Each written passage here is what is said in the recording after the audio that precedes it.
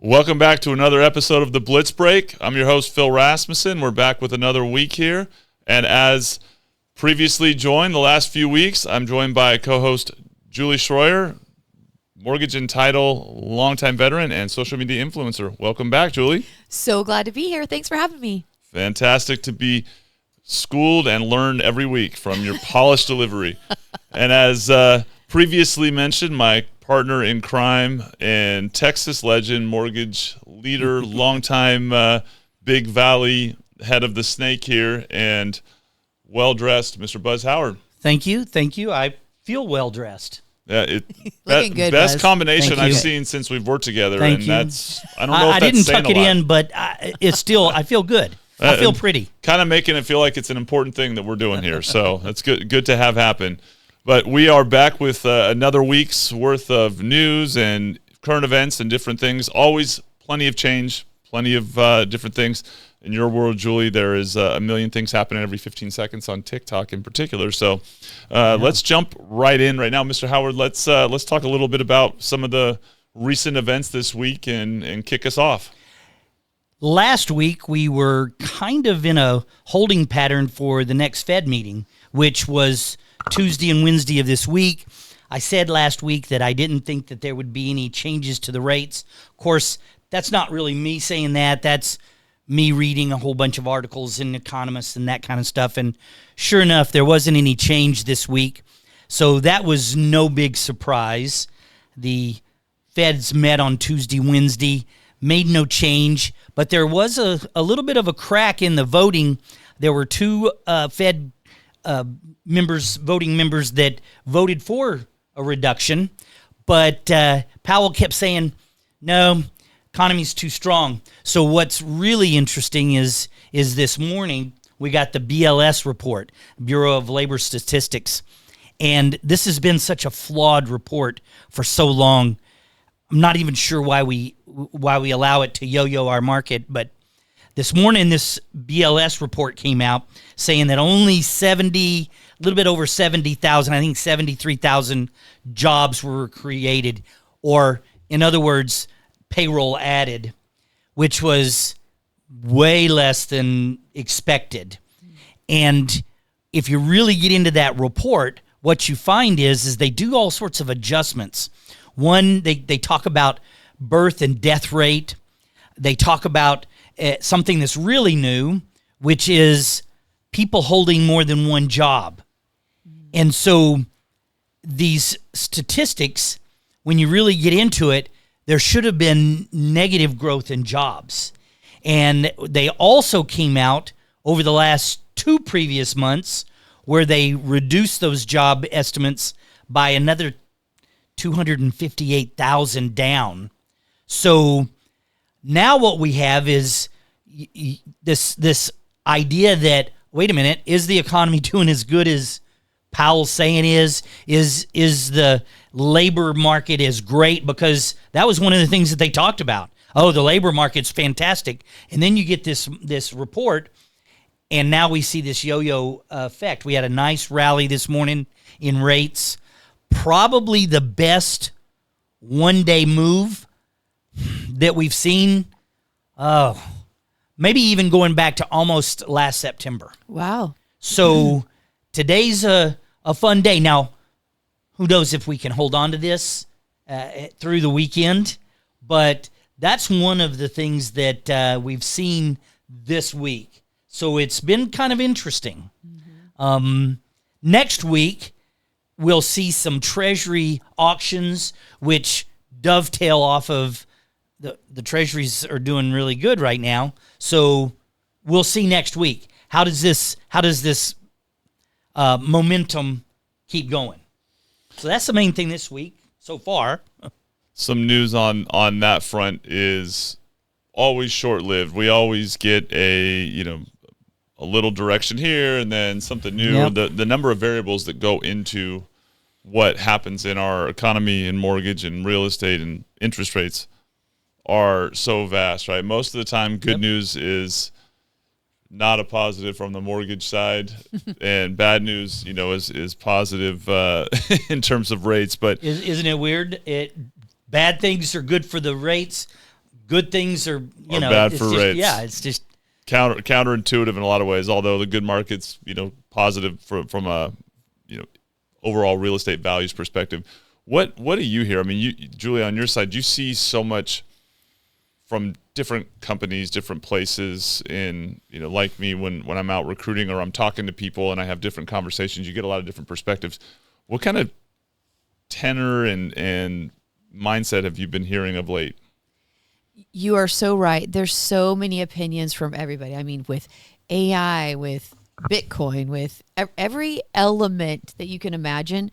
So it's sometimes overwhelming, to be honest. And then when also you add AI into the mix, like what kind of value can you bring as a sales professional? Because people have so much information at their fingertips. And I think for me, I always focus and go back to what can I control in my world and focus on that. And I tell, people that I'm with or coaching, look at your daily systems, your daily habits, weekly, monthly, your sphere of influence, that's your money, right? If we're talking from a marketing perspective in this world, dial in your sphere of influence, get 3 to 5 systems that you do consistently and focus on that. And don't let the outside noise persuade you, because you're right. It's good market. It's bad market. I think it's good. I don't know if it's good. I mean, there's so many different directives. So I would say, again, go back to what you can control and go with that. That's what I would recommend. And it gives you a peace too. Because if you're succeeding at that, you probably are succeeding in the business world. Because I will tell you, the top agents, the top 10%, the one thing they all have in common is they do their daily systems without fail, even if they don't feel like it, no matter what. And that is the difference. Well, I think that right there kind of speaks to the mindset of the variables that you don't control become irrelevant when you realize that the objective is to be the very best that you can be, or to get the very best results that you can get within a given environment, and not letting those affect your motivation, your day-to-day behavior, and the relative outcomes, right? You talk about that a lot in sports where, the process has to be what you're in love with, because the outcome is going to vary. And if the outcome is the only thing that motivates you, then you'll bypass the steps that require repetitive, effort and practice in order to actually achieve the results that you want in the first place. 100%. And last week we touched on it. People that embrace AI and efficiencies, but also couple that with their relationship building. So they use AI to give them more time to build relationships with their sphere. Those are the ones that are going to win. Instead of just relying only on efficiencies and then, I don't need to do the other stuff. It's the ones that combine both that are going to crush it in the next 1 to 3 years. I literally just had a conversation with a loan officer, will remain unnamed today, that was talking about trying to create more time just to build relationships. And even in a market where the relative amount of business that she was doing, they still are finding it to be a challenge, and how to use the technology and the tools to create that space and communicate and figuring that out. And I think that's a collective brain trust kind of thing, where if you can use tried and true or proven types of steps and processes instead of trying to recreate the wheel every time, and then lean into the areas where you are unique, that's 100%. What separates people, right? I think a lot of it is using the technology not to create the relationships, but to give you more time to go out and do the personal relationship building. So using the high tech to then be able to spend more time on the high touch. You 100%. Love that high tech, high touch. That's your favorite saying. I think it's a great saying. High tech, high touch. It's great. I think it's so appropriate. Yep. Because if you can get rid of the small minutia that most people waste so much of their time getting ready to get ready, and they don't ever get out and really get face to face with someone. So if you can use AI and technology and systems to do the small things, that gives you more time to do the big things. Yeah, I think the big things that's the part that I love about conversations with people, right? Is everything changes, right? I mean, we just every were 90 talking. days. Every 90 Every days. 90 days. I've your heard that before. Financial, spiritual, relationship. Every 90 days, if you think about it, something has changed in your life. And it could be really like your kids going off to college, getting sick, illness, whatever. Every 90 days. So if you can be the one they think of when they need to make a change every 90 days, you win. Absolutely true. And for a split second, I thought you just gave me the middle finger. So that's awesome. So I was going to go, what did I do? But I not only does the stuff change every 90 days on that, but I think when people realize that people's lives change at the drop of a hat, so whether it's your customer or your strategic partners or your teams, you can have a conversation with them on a Friday, and next Wednesday, everything that you heard or thought could be on its head. So maintaining consistent conversation and contact and staying current with their life is what we're talking about, right? To be present and top of mind when the need or the particular alignment falls into place, right? The stars align, whatever you want to call it. And that's really hard to do the more people that you are trying to do that with. And that's what that's essentially what, big business, multi-billion-dollar corporations have been trying to solve to help salespeople and, businesses do forever. Absolutely. Great example. I was talking to a good friend that one day their daughter got a invitation to go somewhere that she had to be there in 2 days for a week. They went, and that 1 week changed their life to a degree that who knows where it'll go. Just think of that 1 2-day period. She made a decision, and boom, everything changes. Everything. Well, didn't your daughter just go on some crazy trip with Toyota? And she did. It was incredible. And again, Buzz, you mentioned it a little bit. That was done through social media. So because she did just a video that she posted, not thinking anything of it, that company saw it and said she would be a great fit for the initiative. We're kind of launching, the Tundra, Tacoma 4Runner, and sent her to Montana for a week. And it will change her life. I mean, it was life-changing. So you just never know. I was trying to not bring up her name. I know. I haven't brought it up yet. But I mean, you don't know what social media and what exposure can do for you unless you try. And I think that you open yourself up to so much if you just do the minimum. Just if you're starting out, it scares you a little bit. Just post like 3 times a week. Like start there. As long as it's consistent, I think that's where people make a big mistake. They'll just randomly post on different days. So the social media platforms reward those that are consistent. So I would do it Monday, Wednesday, Friday, or Tuesday, Thursday, Saturday, whatever it is. And short and sweet, you can screen copy. Phil, you saw an example of mine where I just copied something and then refigured it. You don't have to, it doesn't take a lot of work. I was hilarious, by the way. But, yeah, thank you. Creative young lady. Like, I don't know how old she was, but she's got 2 hands and a head and carried 3 things along. Pretty smart. It was impactful for me. I liked it so much. So yeah, there's so many ways to create content that doesn't take a lot of time, but it will open up avenues you can't even imagine.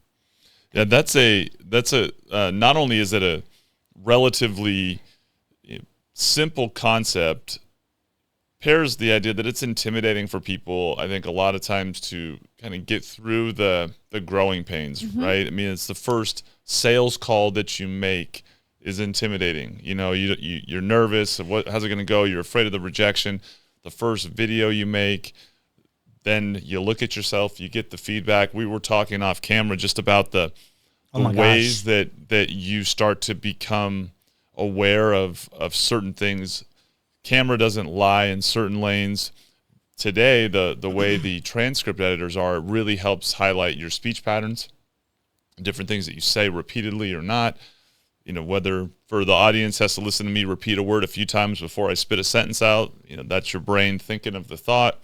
And those types of little kind of critiques of ourselves that we see, I think sometimes stops people from continuing down that path of doing social media, and I just don't want to deal with it. But the truth is, if you can just keep going, you're going to get better, just like everything else, whether it's taking 1,000 free throws or, hitting 100 baseballs. So true. Or my early videos are horrible. Don't look at them. Well, Horrible. It's embarrassing. Yeah. You were the one of the person that brought it up, where I would say, but it's a filler word. It's your brain is starting to think about something, and instead of silence, you want to fill it.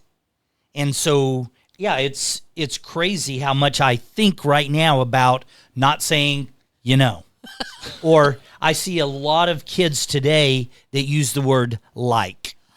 That 100%. I hear it all the time. Yes. It's a weird phenomenon that I think more younger people use it to say, well, like, and then move into it. But those are things. What did you count? How many times I said in one Podcast. 1/32, it was 27 seconds. You said it 3 times in the first 10, and then 8 times in the last 7.5, 8 seconds. But when you and that's what's scary. People don't want to be Don't want to embarrassed. see that. They don't want to feel that. Yeah. Nobody wants to be embarrassed or called out or look stupid. But everybody does it, and it's something that you just have to think about and plan what you're saying. It's really not that difficult. But I would say, like, when you're relaxed, Buzz, you don't say it. But if you're nervous, I think people then will use those filler words. So that brings me to, if you're going to post something, make it as authentic as you can.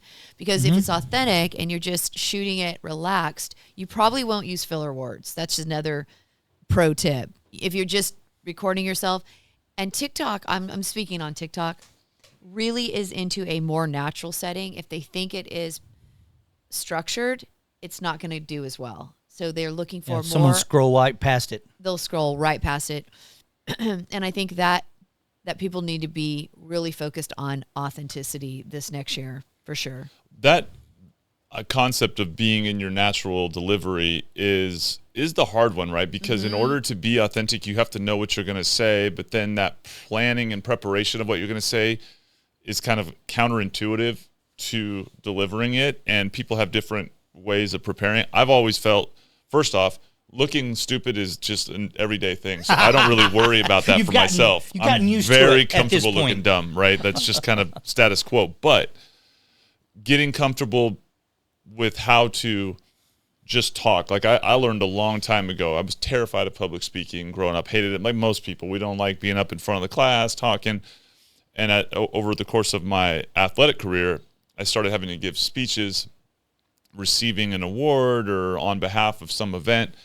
And I started just going up and talking. And I realized, man, once I got comfortable doing that, I could make jokes. I could be, funny, at least in my own head. I thought I was funny, but I was comfortable talking. Then it wasn't intimidating. The challenge is, how do you prepare what you're going to say so you don't come off like you're totally winging it, but you sound natural? And I am always very impressed by speakers who have a dynamic ability to do that, but the average person doesn't have that. So like for someone like yourself, for you, Buzz, I think repetitions is everything. So you just learn a little bit about how do I sound, how do I feel, and do it again and get a little bit better. If you don't take any of your pro tips, if you don't take what you just pointed out or anything we said, and you just keep coming back, you're going to get better whether you like it or not. 100%. And I a little trick, I would take a piece of paper and do like 4 bullet points. So you always want to start with the problem. When you're doing a video, like, what's the problem you're solving? That's what you should always lead with. And then you do your next 3-point solution, how you do it, call to action. And so I would put those on a piece of paper and tape it to my ring light. And then I could talk naturally about those 4 items instead of, like, I hate a script. Never use scripts. It's just my voice. And I think that's what's given me the followers that I have, is it doesn't sound scripted. And that's the problem that I see on most creators, is it's scripted. Scripted on that. Well, everything you just said from video is sales. Find a problem, right? Provide the solution, and deliver it. So for most salespeople, what you don't realize is you're doing what you do every day, all day long, And, really what people connect with is you as a person. So how do you, do that? Well, you be yourself. And so you're not judging against where you are on the page. I am going to go back and look at the beginnings of your page, because that's what we try to point out all the time to people is you always pick up and see the person that's been doing it for years and want you to look like that, but go back to where they started. Yeah. And start doing that. Just like as a salesperson, your first mortgage application you took, you didn't know what you were doing.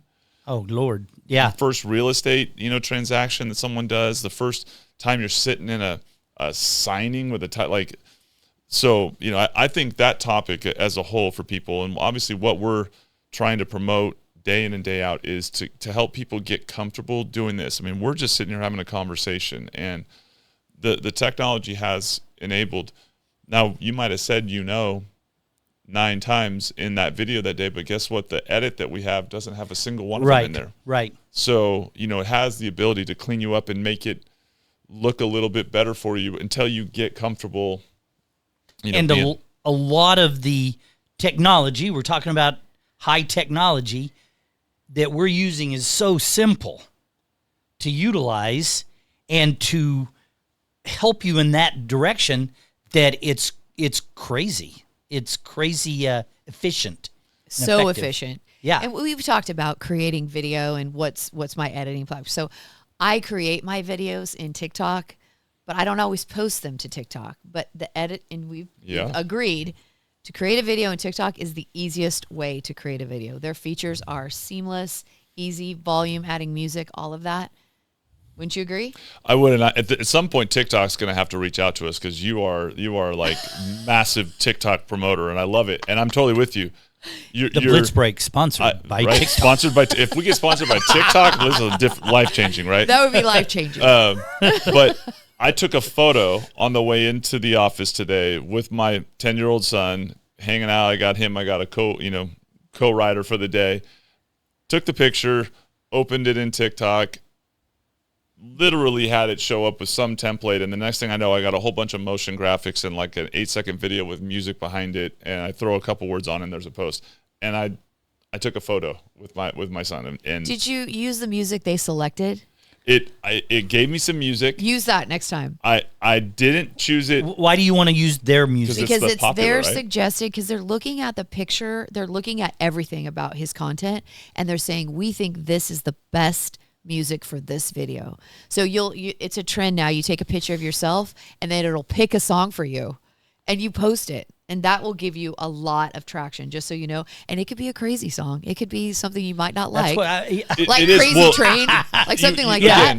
To your point, it's me and my son driving in the car, and it was the first 10 options were songs that were like father, son, like it had something to do with son, like it recognized it. And I think I ended up changing it only because I wasn't going for like that emotional of the music to begin with. I was more of a kind of energetic kind of a deal.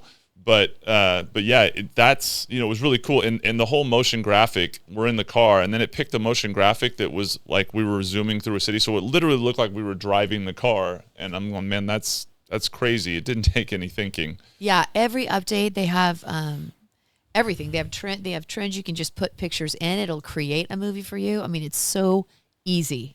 Really, with a still photo, you can do crazy things. All sorts of cool stuff. And then, of course, like you said, post it on Instagram, post it on Facebook, wherever you're engaged. But the idea is, again, that's hanging out with my son. That's not something crazy. And that's where, as a salesperson, as a someone that's in business, you're trying to connect and create relationships.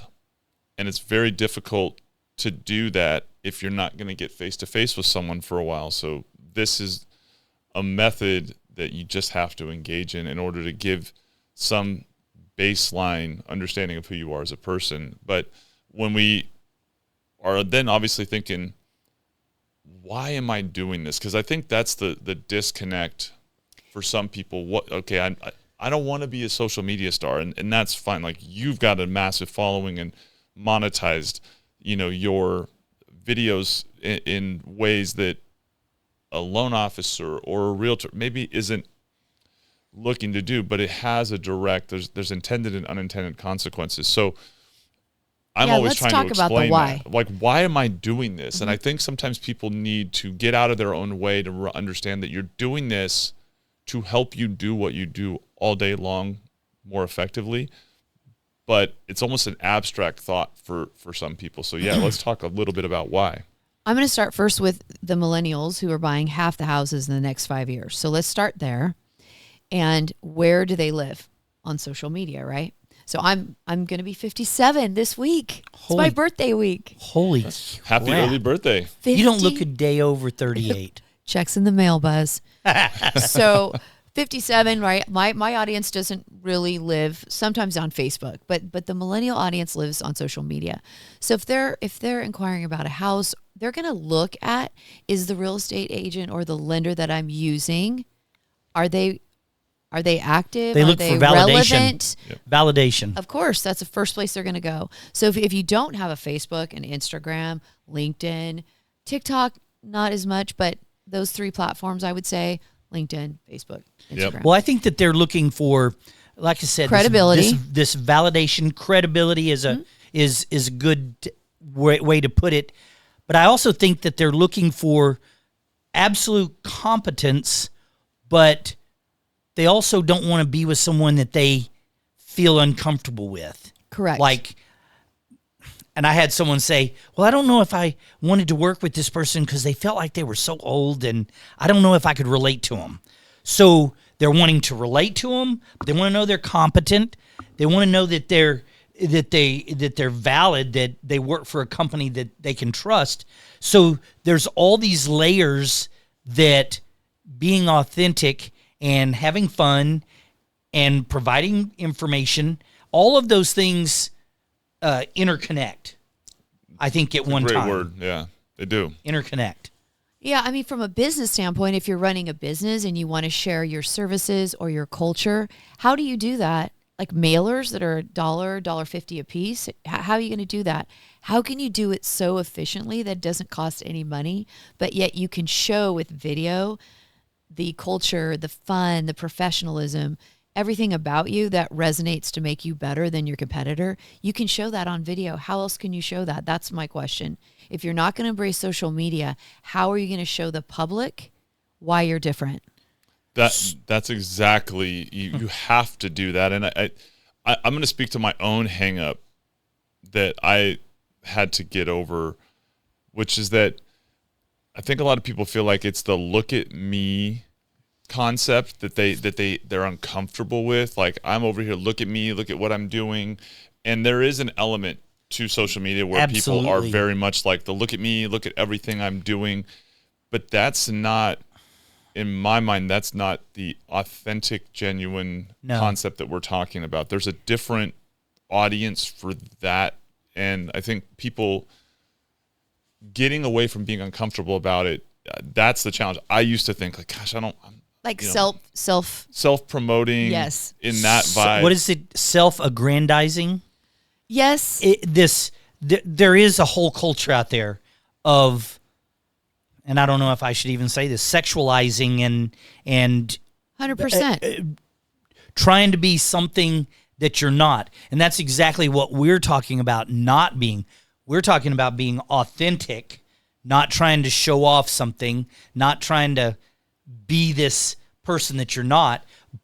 That's why some of the best ones, the best videos, the ones that go viral, are the ones where maybe someone is being silly or funny or humble, even like last week. Well, humble Yes. and even self-deprecating a little bit. Yes. Have you ever noticed when you go through reels, the ones that you stop at a lot of times are the ones they call fails? Yeah.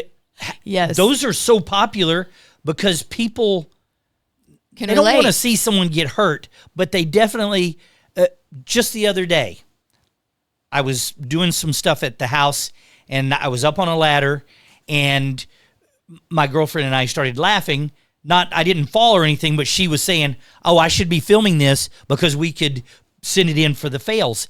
Everybody, they identify with doing something dumb where they fall down or trip or drop something. those are the ones that people really are attracted to. It's funny. It's entertaining. Yeah. It's it goes back to humility shows the level of confidence too. And, Sure. And Vulnerability. Vulnerability, credibility. Like if you're willing to put the less than perfect things out there, it tends to make you more trustworthy and believable, because I'm not watching a commercial. I'm watching the real stuff happen. Mm-hmm. And if I'm trying to make a decision about who do I trust or who do I feel like is going to be straight with me, those are things that can connect. And again, not staged helps to bring that. Who, raise your hand, do you stay at a theater on a movie to see if there's bloopers at the end? And how enjoyable are the bloopers? The best part.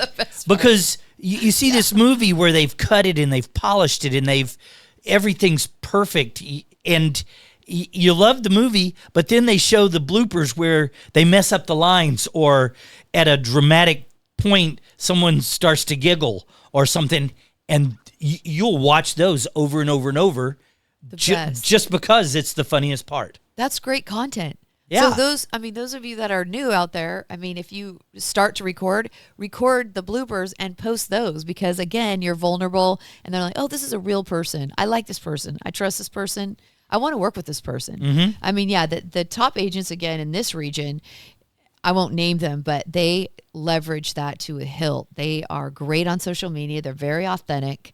They show their problems, and then people resonate with them, and that's how they get deals. I wish I remembered the name, but I've seen a segment on, I think it was on Instagram, of someone who was basically, the whole thing was like, I hate social media. And so then all they're doing is them doing like, I have to do this. And the entire thing is like, I'm doing it and it's terrible, but here I am doing it. And super popular because like I'm doing it. I know I'm supposed to, but there's so much relatability in that.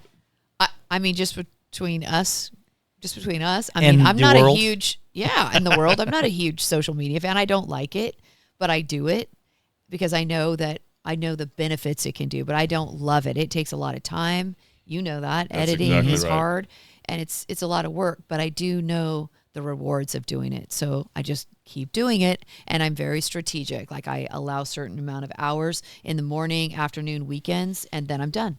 Yep. So, well, and you bring it back to the personal connection piece. You and I've talked about it. I'm the same way. Like I enjoy watching, TikTok for entertainment, to kind of take the brain away from whatever's going on, whatever stressors in life. But I don't get fulfillment off of like the interactions generally the same way that I do when it's, connections. But I do appreciate when I make a connection that turns into something on a personal basis. And so that's a benefit. And obviously being successful in business, helping people figure out how to crack this code is rewarding too, when, as a coach and someone who enjoys helping other people succeed, this challenge and being a part of getting people to get over their fears and their hurdles and do it is something rewarding, because for me, it's relatable, because I was talking about doing a podcast and getting off the ground for probably 5 years before I finally did.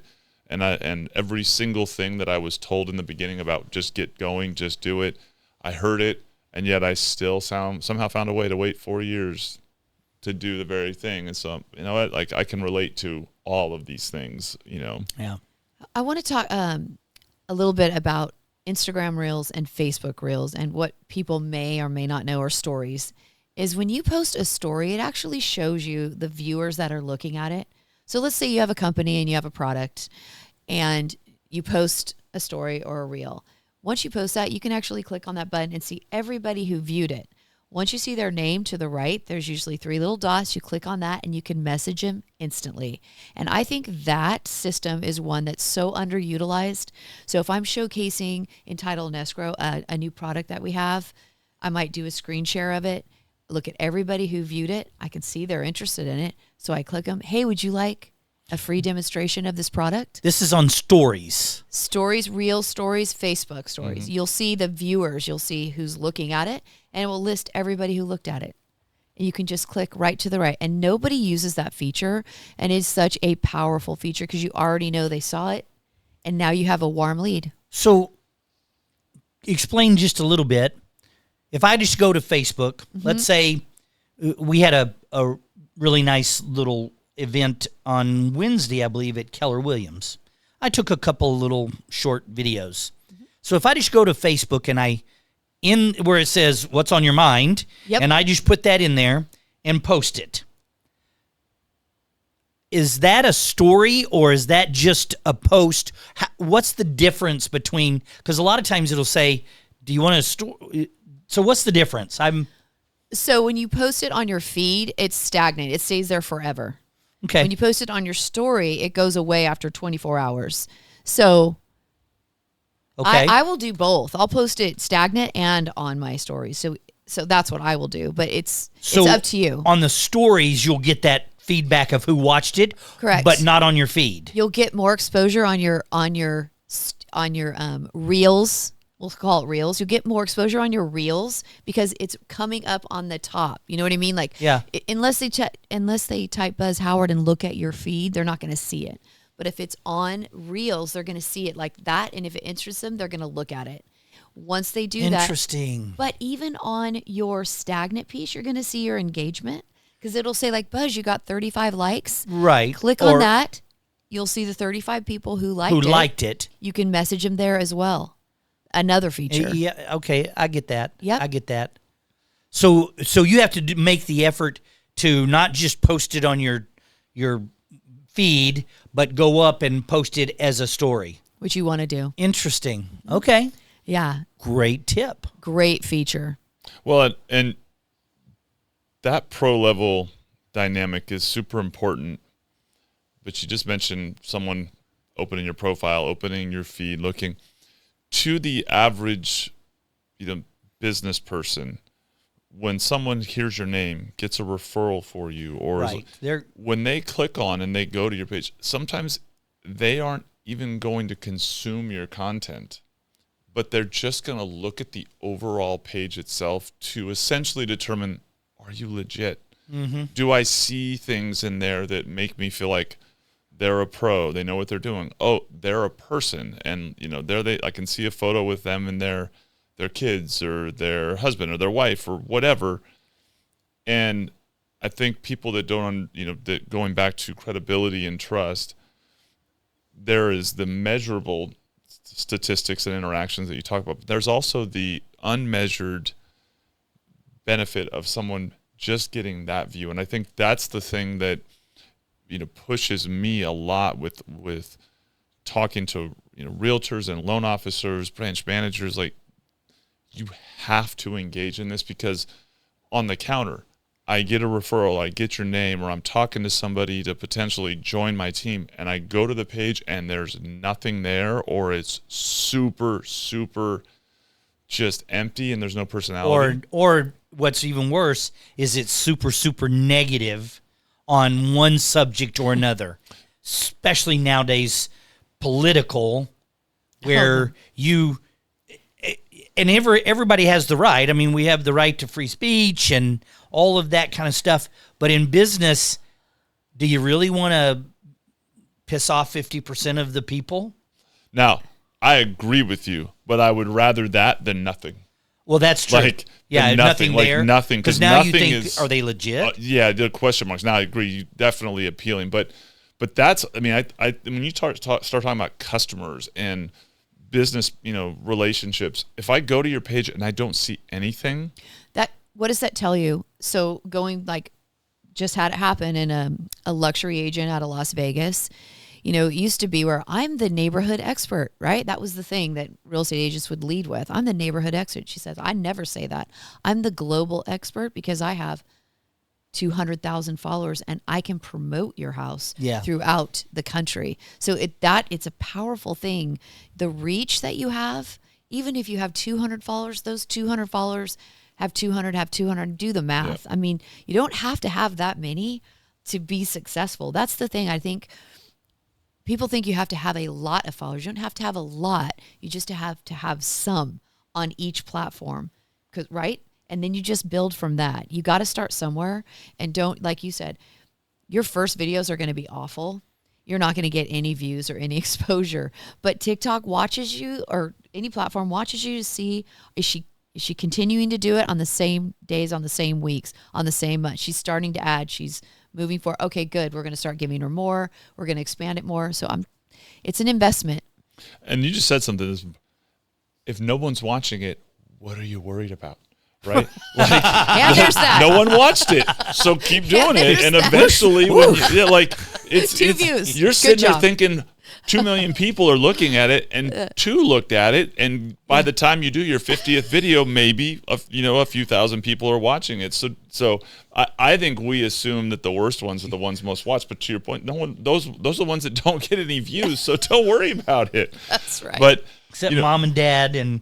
This is true. I mean, gosh, as starting my podcast, just getting my old man, my pops, to go on and look was like getting him to figure out how to work a chainsaw for the first time. But the progression of it's huge, and also just having things to talk about and engage, and realizing the different parts of your life that we compartmentalize. I think that's kind of what happens a lot in our business life. Is we have this, and then we have our personal lives.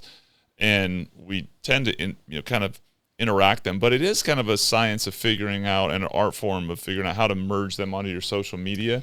I'm working on that a lot right now with like the podcast stuff, like what comes in, what doesn't, what with what we do on the mortgage at Big Valley, and how do you merge it all? But it's all a part of you. It is, but you're right. It is challenging because I have the Fab Over 50, which has grown a lot, and it's more, focused on health and fitness and beauty. Sponsored by TikTok. So there's that, but that is part of me. And then to incorporate that with my career and my other job is sometimes hard. Yep. And I'm sure there's a lot of people who don't like it, but you know what I mean? I got to go back to what I can control. And I think that's another very huge point. Don't worry about what other people think. Even your friends talk bad about you. Buzz, you've probably said things about me that I don't even know, but it's true. Your friends will even talk bad about you. So don't worry what people think. I love you. I know you do. Okay. Focus on, again, what you can control. And if you're doing your best and putting your best foot forward, that's all that matters. Because there's always going to be haters out there. And the better you do, the more haters you get. There's a good attention is met with equally, similar amounts of bad attention. That's just the way it works. But it is a good point. And yeah, forget friends. Just ask my wife. She'll have plenty to say bad about me. I mean, ask my right? 14-year-old daughter. Uncomfortable the last time I hung out Dad's with you guys. a moron, So Yeah. maybe my son will be the most complimentary, guys sticking together. But the rest of what's happened in our world, let's shift a little bit of gears, and let's talk about kind of from a just general what's happening in the world today. There's a lot of stuff going on, and we talk a lot about security, certainty. You've mentioned obviously in the last couple of episodes, but it's just obviously the longevity that comes with purchasing a home and real estate and building wealth over time. There's an element of risk in any transaction. Sure. Element of buying at the wrong time, selling at the wrong time, timing rates that everybody's playing. I've been watching the news. I'm obviously once an athlete, always an athlete. Watch the news, watch a lot of podcasts, and I've been noticing on the news a weird trend this week where, as we were talking about before, there's a lot of news on gambling recently that had, so I felt like bringing this up, and big actually fans of these guys that are on. But just this week, the feds arrested Marcus Morris for, I guess they coded as fraud, although it seems weird, from having a debt marker with a casino, which these are very wealthy, successful athletes. Gilbert Arenas was allegedly, was arrested, but allegedly involved in a high-stakes poker room that was hosted at his house. Whether or not he rented out the house, but it's kind of a crazy story. And then probably more positive, Nikola Jokic, who's been the multiple-time MVP, won an NBA championship, and very much ho-hum, is a big into horse racing, and his horse won a race, and they all these videos of him literally crying, like having a total meltdown and hugging his horse when he wins a horse race, but wins an NBA championship, and he's like, yeah, I get to go home now. So the gambling with horses, that's the running joke. But huge fans of all those guys. So everything's allegedly and all that. But I think the gambling just kind of brought up the element of all of us as people do have a little bit of a desire for the thrill of a risk, but also a big fear of losing. And so we can talk about just those stories, because I think it's just crazy to think people with that much, wealth and money, you just surprised to see them, but also kind of the human psyche when it comes to real estate and the risk sense of buying a home that is more relevant when the market feels uncertain or when we feel like we might make a mistake. So bringing that up, like conversationally, how much do you think that plays a role into behavior in the real estate and mortgage industry? Oh man, I think there's several layers to it. Obviously, the real estate agents and the loan officers, most people don't understand that we all work on commission, 100% commission, most everybody. So there is a certain amount of the kind of person that does that for a job. They are gambling every day. There's an old saying that every day that a loan officer or a realtor wakes up unemployed, no money.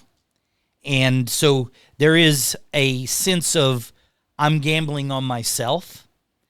And I think that there is also in real estate, there is buying real estate, there is a sense of I'm gambling by buying this house. Is it going to be a good investment? Is it not? Ironically, last night I was sitting with a group of my friends, buddies that I've known for a long time, and we were all talking about this buying real estate and houses that we've owned, and just about everybody had a story of, oh gosh, that first house that I bought, and I bought it for $80,000 in 1985, and in 1990 I was having a lot of trouble, and I sold it, and I just wish that I'd have kept that house, because I was looking at it the other day. It sold for $900,000 the last time I drove by it, and that was the story of these. So it kind of comes down to, do I gamble and push through and maybe rent this house out? I know I'm spending a lot of my money, but is it a good gamble for later? I've had a couple of those houses. I bought a house and was going to flip it in 2006, and by the time I got it ready to flip, we were already to 2007 and 8, and I started chasing the market down, and I actually just let it sit vacant for 5 or 6 years. Just made the payments right off. And I still own it today. And again, it's up in El Dorado Hills. It's probably worth 4 times what I bought it for. And it's an actual huge part of my retirement planning, that when I'm ready, I can liquidate that house. I could live off of that for sure 6, 7, 8 years. Just that investment that I decided to keep. So I think that real estate is a gamble. I think that's what you're doing. You're betting that statistics always tells us that, is it a good time to buy? Yeah, it's a good time to buy. May not feel like it, but 20 years from now, you'll look back and go, man, I wish I'd have kept that house. Yeah, and personally, we have a house, a jumbo loan at 2.8. So then you got to ask yourself, would it be better if we just bought something else and rented this out, right? Because we don't want to. That's like free money in my opinion, right? So I think there's a lot of people like that. Like, do I let this amazing loan go and buy a different house? Because we wanted to move for a while, but at 2.8, but that's really hard to do. Yeah. But that's part of. I think you're getting to be older. Oh wow! Oh, wow. This we week, went there. Next week is your Thanks, Buzz. birthday. Foot in the mouth. But- Let's call that right there. But that's part of your retirement planning. Yes. Yeah. Because a lot of people, as empty nester type of thing, you've got kids that you need extra rooms, the big house, the swim, whatever. But when those kids are gone, they're out of college. It's like, It's a lot of space maybe- we don't use. exactly. A lot. And how many rooms of furniture Yeah. did you have to buy? So, I mean, those kind of things become a decision maker. Well, and I think that is where homes kind of have the same spectrum of how people think and operate and feel in terms of how they invest. You have really conservative people that like don't want to take any risk and are very, very conservative. Well, I want to have 50% down before I take any shot, and then everything in between. But I think salespeople and I bring up the athletes because again, my brain lives in that world. It's all analogies. There's probably nothing that comes out of my mouth that hasn't passed through some lens of something a coach said at some point or something I said as a coach. But the betting on yourself, which you said earlier, as a salesperson, you're out creating upside and the thrill of a successful sale and the commission or the closing. And there is a trait that you're wired that way. And so I think athletes in general, like in gambling, there's a lot of legendary stories of pro athletes in the way, their plane flights and the money they gamble in those because you're wired to bet on yourself. You're wired to chase the thrill, to go for the big win. That's a part of how your design is. So that is, I think, a filler for the in-between experience that you're used to getting that Adrenaline rush. Well, sure, you don't find a whole lot of elite athletes that are shy and timid and 100%. I hate to use the word, but conservative on their decisions, or Used to afraid to taking big make a risks. decision. Afraid to fail. Like you get used to failing in sports. You get used to failing in sales. That's a great point. In front You're of right. millions of people sometimes. So they're used to that, and that's okay. So it's easy to take a risk that way. Exactly. So you That don't makes- have fears. And then when I think sense. for retired athletes, and I love blackjack. I love poker. I love craps. I love slot machines. Yes. I mean, Shocking. if we brought some of my buddies on, they would tell pulling me away from a table is a difficult thing to do. So I can relate to the deal. If I ever got an invite to go to the house, although it sounds like there was some Other crime syndicate people that might have been involved over there, so that's maybe not those, but Yeah, I'm not sure going to someone's house for a big gambling. Were you an athlete? I was. Me too. So that's why we all like gambling. like I think it's a thrill, Yeah, and I think it when is you a lose thrill. the game, like there's an element of that thrill of a win is the same thing as making a game-winning shot. There's that same kind of hit of like adrenaline that you get, and That's a great point. it's fun. So I think athletes doing it makes a ton of sense, especially when $100 to us is Yeah. $100,000 to them, like Yeah.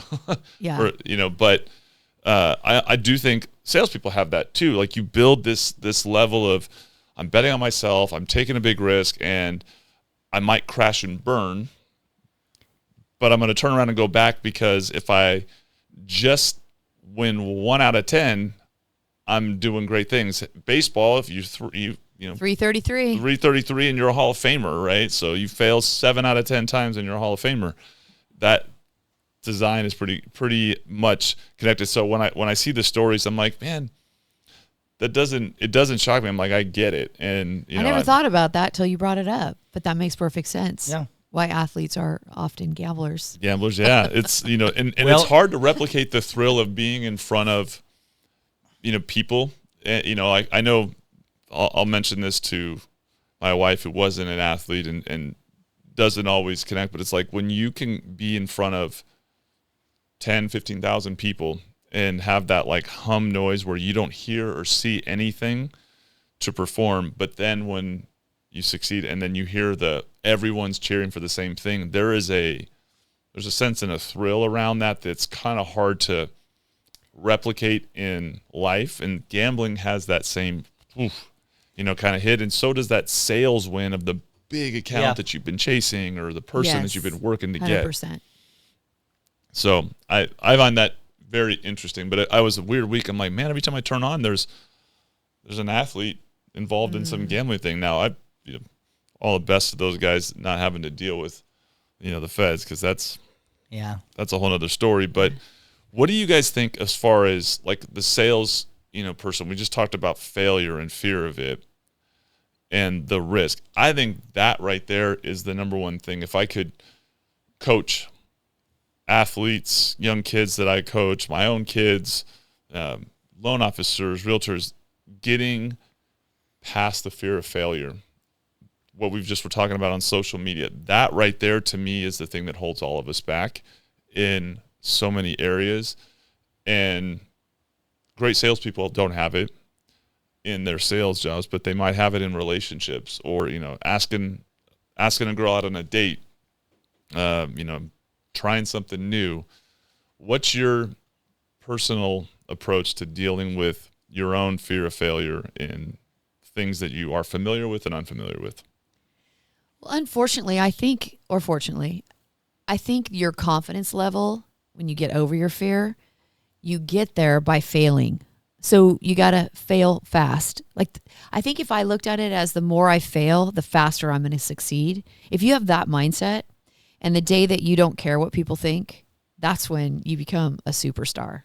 So again, you have to fail fast and know that the more you fail, the more successful you will be.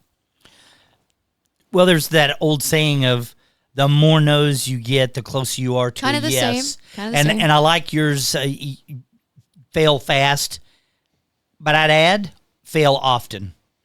And I've heard that before, that fail fast and often, so that you can get through these learning experiences to when you do get to the success piece of it. I love it. And you never lose, you learn. So I'm not losing the sale. I'm learning that next time I do it, I'm going to do it a little bit different because that way didn't work. Well, I was coaching one of our loan officers, and she was telling me about some failures, and that she had been working with this couple for a long time, and it wasn't coming together, and they weren't ready to buy a house, and so I started talking to her about, let's reframe this, because I said, what did you learn from all of this? And so she dug out, well, I learned this and I learned this, and I said, okay, so any day that you're learning something is a win, right? Yeah, it really was. I said, one of the other things that I'm coaching her is to work on her database, because every top producer will, when you say, where do you get your business? They go, oh, I'm by referral only. Personal sphere. Yeah, personal sphere, my database. Yep. So one of the things that I start with newer loan officers, newer salespeople is, okay, if this is where the top producers are telling you where all their business is coming from, then you need to work every day on your database. Every day. You got to add new people. So I went back to that. I said, now, are these people part of your database, your new sphere of influence, because you've created a relationship with them? And she kind of looked at me and she said, well, actually, no, I didn't even put them in my database. And I said, why? And she, well, the deal didn't work out.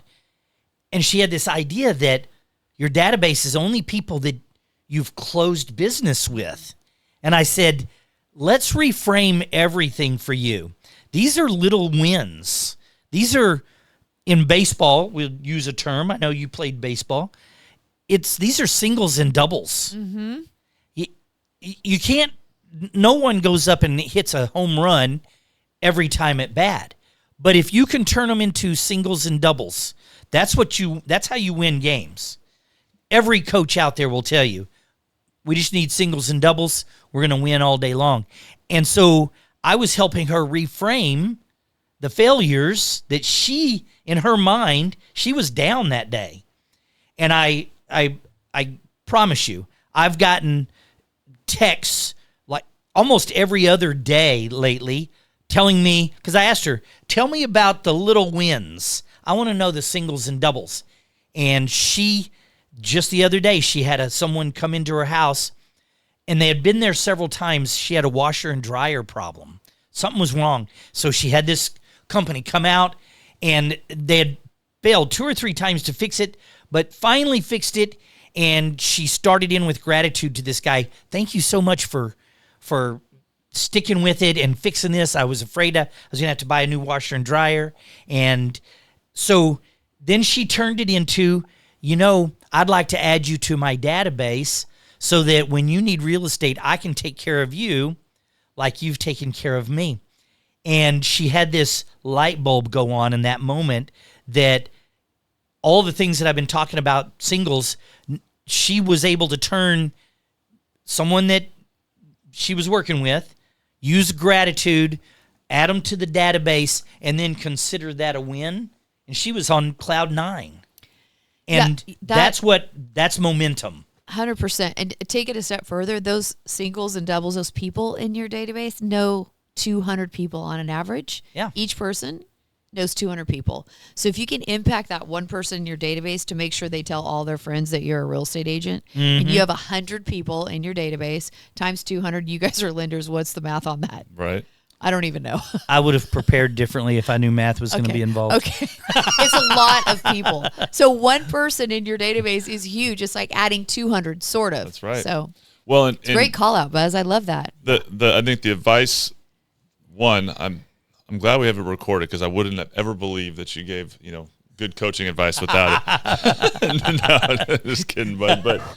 But I will say the failure conversation around that our own worst enemy is always ourselves, right? And what we think something is going to be in our heads is 90% of the time way worse than what the actual reality is. Therefore, our aversion to trying because this may happen or this is what people are going to see, standing in the way of hitting singles, hitting doubles is always our worst enemy. And then the idea of, failing fast, failing often, all that, and learning, that athletics teaches us that because, you don't actually get better when you win. You get better when you lose and you're forced to kind of approach things differently or work a little harder.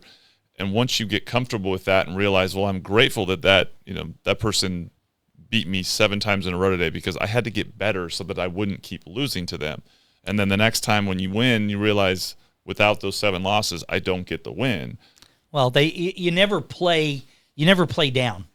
If you want to get better, you play against better 100%. Athletes because that's what elevates you. You're elevated, and that so you talk about that, and both of you failing often, failing fast, but you really never fail until you quit. So the idea is you're always progressing, and that's one of my favorite sayings is like failure is a temporary state if you continue, and everything that's going on becomes a part of your building block to whatever becomes your ultimate. Right. The minute you quit, it becomes failure.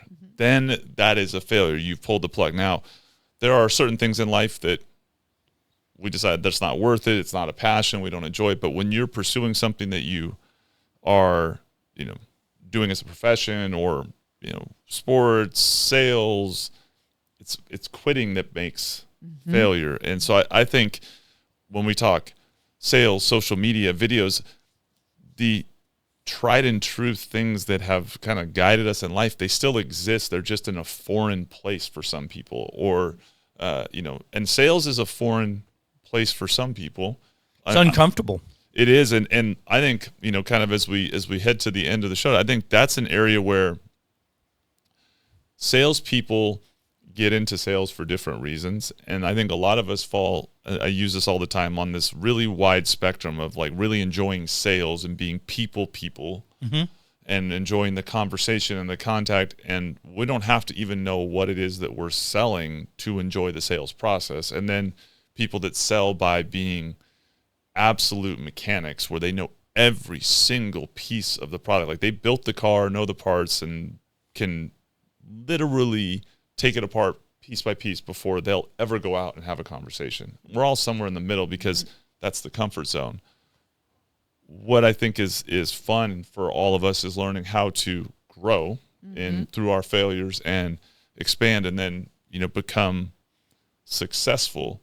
So when you evaluate yourself, like where would you put yourself on the spectrum? I have my own assumption, but most people would not probably align what my tendencies are with kind of what they see from me. So what would you put yourself on and as a salesperson? Yeah. Scale 1 to 10? Are you the get in the car, hit the gas pedal, and don't have to know anything about it because I really enjoy the sales process, or I'm going to know every single thing about it before I ever go sell? Where would you put yourself? Right in the middle. Right in the middle?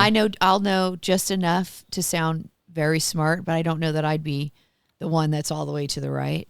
And then, I would want to get going soon instead of knowing and preparing hours and hours. I would be the one that would probably wing it. That's me. Yep. I don't know that that's good. Maybe I need to work on that, Buzz. I probably need to be more knowledgeable about my product. That's where I probably need improvement. Yeah. On that? Because I'm impatient. You know what I see about you, though, is that you have a whole lot of professionals behind you that actually do the detailed work. Mm-hmm. And right. I would almost bet that you're selling them and know everything about them so that you're not worried about the details of what they do. Right. I would argue a little bit. I think that it's a weird question. I think, or not it's a difficult question to answer because all of us want to say, well, I'm a real people person. I love being around people, which I do. I always tell the story. I grew up way out in the country. Closest house to my house when I was growing up was 13 miles. So wow. I grew up in Texas, way out in the country. And as I grew up, like what I wanted to be is in the middle of downtown. I live in downtown Sacramento. So I like the busyness and people walking by. And one of my favorite experiences, the first time I went to Chicago, is walking out on the street and just standing there with the people going by like you see in the commercials or movies where there's just a million people. It was like, I was like, oh my God, this is amazing. So I like to say I'm a people person, but in the mortgage industry, I also like to know the details. And I don't know if I've been doing this 40 years, so I think I've learned a lot of the details, which has probably brought me into the middle. Mm-hmm.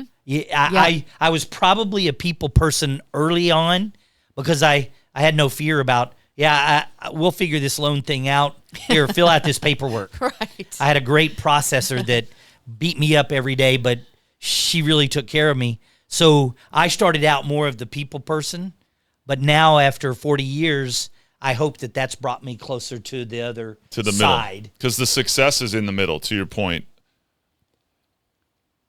Your tendency, and that's where I would have put you too, that's the easier to become successful because you can't fail when you're spending all of your time by yourself in sales. You have to go sell. Mm-hmm. You have to go communicate. Mm-hmm. And so the harder part is getting the mechanic type to help increase the amount of conversations that they have so that they can get towards that center. Everybody's journey is to the center, but making yourself uncomfortable doing the thing that your tendency is, like if the doors close and no one's watching, what's the thing that you're going to do because it's comfortable?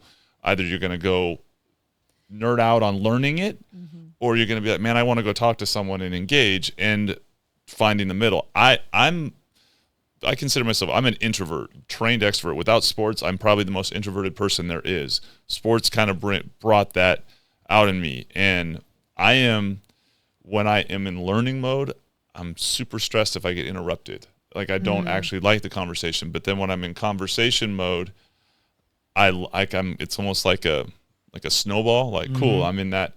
And so then I don't want to go back and invest. But whatever I've invested in learning allows me to jump in and out of those conversations.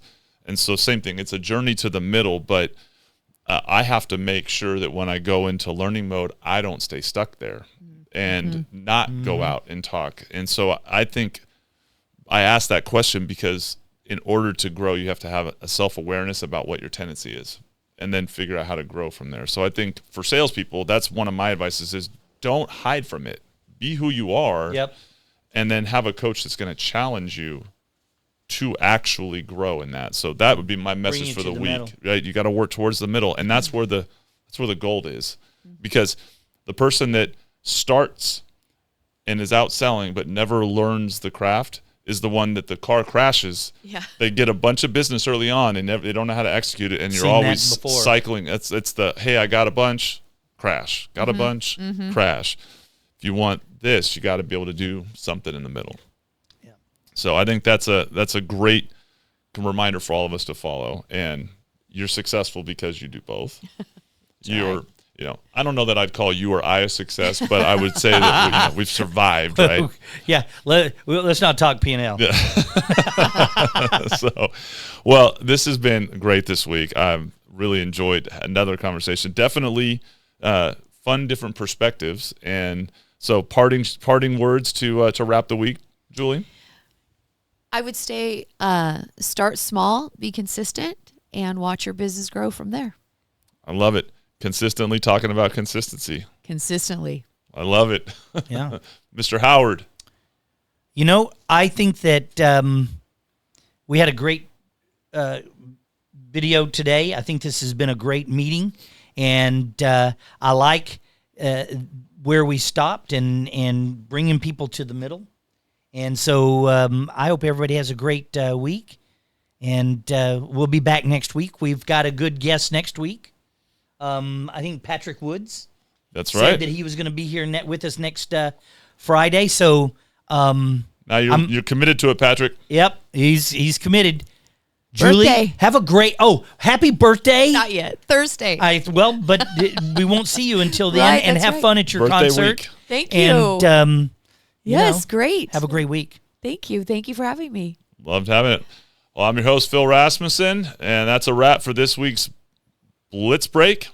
Look forward to seeing you next week. Bye. All right.